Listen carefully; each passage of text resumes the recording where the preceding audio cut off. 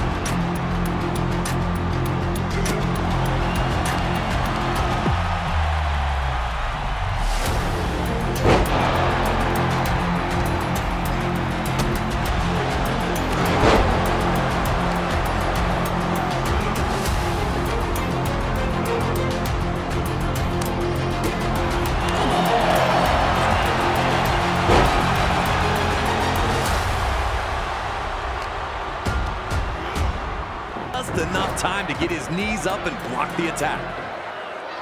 Big time ring awareness shown by the Ravishing One to keep himself in the match. Rude needed to take advantage here because his opportunities for offense were few and far between.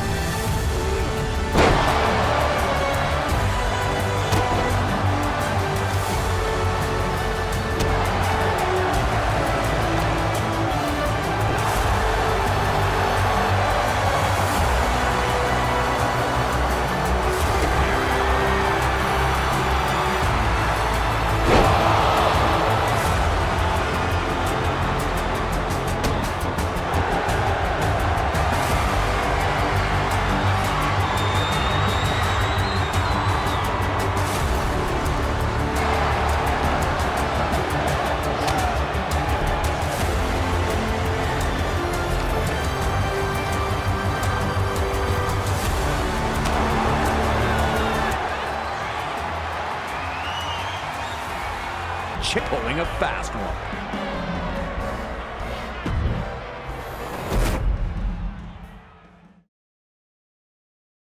An arena with a little assist from his manager, The Brain. Hey, if the ref doesn't see it, he can't call it. Those are the breaks. With the crowd buzzing from the monumental upset, it was time for WrestleMania 5 to deliver its main event. The Macho Man Randy Savage defending the WWE Championship against his former best friend and Mega Powers partner, Hulk Hogan. Yeah, the Macho Man Randy Savage. Dig it. He was one of a kind. He was intense. He was a great athlete. Everything about him was 100% perfect for sports entertainment and professional wrestling. While the split of the Mega Powers was made official on a February 1989 edition of the main event, the cracks had been obvious to many long before that fateful night. Hogan and Savage's friendship had been beneficial to both, which was never more evident than the year prior at WrestleMania 4. On this evening, the vacant WWE Championship was to be decided in a 16-man, one-night tournament. In an absolutely brilliant display of athleticism and heart, the Macho Man would compete in 4 different matches to claim the championship. But it was in the final against the $1 Million Man Ted DiBiase that Savage would run into seemingly more trouble than he could handle. In DiBiase's corner was Andre the Giant. Throughout the match, Andre interjected, bringing Savage's offense to a halt, or distracting him for attacks by DiBiase. Eventually, Miss Elizabeth would run into the back, bringing Hogan out to restore some order. And Hogan's presence led to Savage's win with a perfectly timed chair shot that the ref didn't catch. Like I said before, those are the breaks. The Mega Powers would be locked in a heated rivalry with Andre and DiBiase, now known as the Mega Bucks, that culminated with their victory at the very first SummerSlam. Around this time, though, it appeared Randy Savage was jealous of the closeness between Hogan and Elizabeth. Some on commentary would mention it, but many were quick to dismiss that there was any tension between the two. Things got worse at the 1989 Royal Rumble when Hogan eliminated Savage, some claim accidentally, which infuriated the Macho Man. Everything came to a head at the main event 2 on February 3rd, 1989. The Mega Powers would compete in tag team action, looking to show the bond was still strong. After Miss Elizabeth was caught up in the action, Hogan would take her to the back for medical attention, leaving the Macho Man alone. Upon his return, post-match altercation in the locker room would make it official. The Mega Powers were dead, and a clash was inevitable. Soon after, Hogan would lay down the challenge for WrestleMania 5. In a final twist, Miss Elizabeth would side with neither man, insisting that she'd be ringside in a neutral corner instead, offering to help either if they needed it. We were able to sit down with Hulk Hogan to talk about the night the Mega Powers exploded. The lines were so blurry between reality and what we were trying to accomplish. He was madly in love with his wife, Elizabeth, for real. He was madly jealous for real. Leading up to it, you know, when she was managing him or managing me, or couldn't depend on who she was going to manage, it made him crazy. I just didn't know what type of abuse I was in for, so it was a little nuts. He was there to go, and he pushed the gas pedal down really hard on me in that match. Once you became a Macho Man fan, that was the only thing you could think about. His look, just the way he carried himself. I had nothing but respect for him. It's always so great to hear from the legends themselves when it comes to these unforgettable WrestleMania moments and matches. Thanks again to Hulk Hogan for his time. Now, let's get you into the middle of an intensely heated WWE Championship match where the world would watch the Mega Powers explode.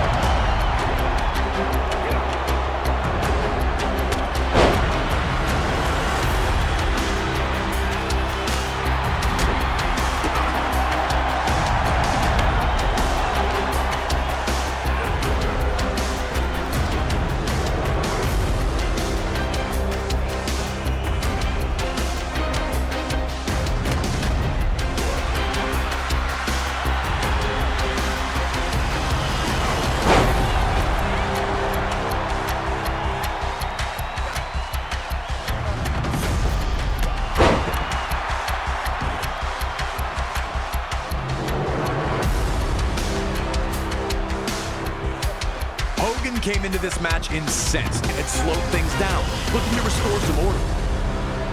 The Macho Man's actions sent a clear message that anything goes and anyone would be fair game.